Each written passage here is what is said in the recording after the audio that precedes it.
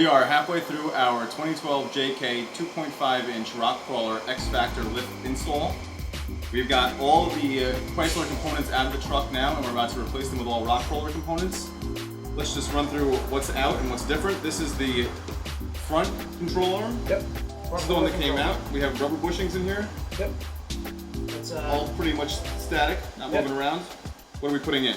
Basically what we're replacing that with is our front lower control arm, which has monster flex joint on the frame end. This is going to isolate a lot of road noise and vibration. This is going to keep your lift kit quiet, and you're going to have a nice ride also. On the axle end is our monster crawler joint, which is now maintenance free. Pull the retainer out.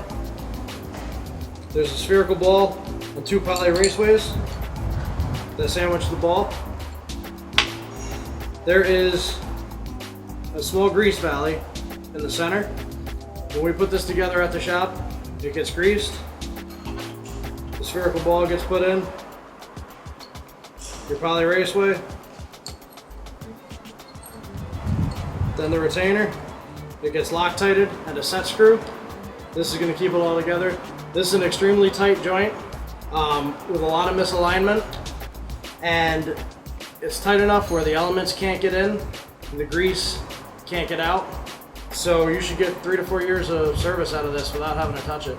Once you do have to touch it, what do you have to do? If you ever do have to rebuild it, it's as simple as pulling the retainer out, pulling out the poly raceways, buying a new set of poly raceways, which I think is $5 retail, and pop them in, put it back together. Do you have to constantly WD-40 this to keep it quiet? No. You will want to spray down the outside of the ball maybe with some WD-40 from time to time. In our area, in the Northeast, we have a lot of salt on the roads, so this is going to keep the ball from rusting and keep it clean, so it's not trying to push dirt and grime through the poly raceways, which would obviously decrease the life. This is the upper control arm taken out of the 2012 JK stock. Also a rubber bushing here. Yep. And this is getting replaced with the new rock crawler upper.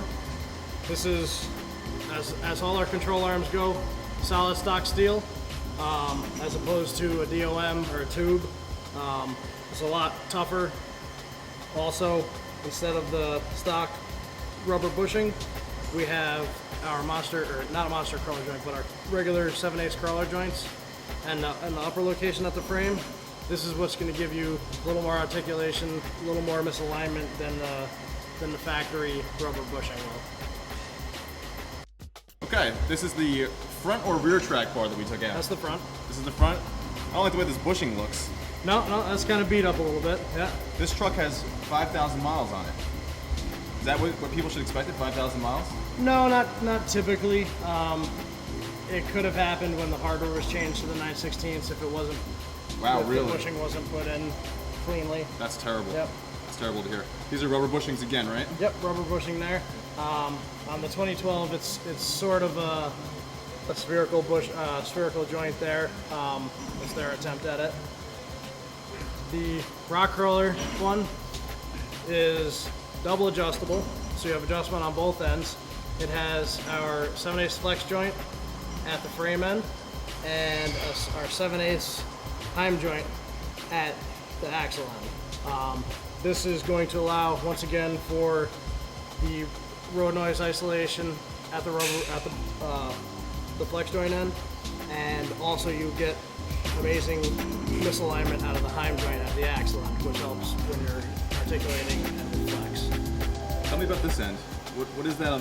That's not a rock crawler joint though. That's just That's a crawler joint. This is a rock crawler flex joint. One of the better springs they come with. This is the 18 front spring. And we're going to be replacing it with a 2.5-inch rock crawler spring. This is just like our 2.5 and 3.5 coils for the front. As it's progressive rate, you can see the windings are closer on the top as opposed to the bottom. This is actually at ride height going to sit almost compressed in the smaller windings. This gives you a nice plush ride on the road, and it also adds for more travel off-road. And the progressive brake coil in the front is really what you can attribute the nice ride of the kit to on the road.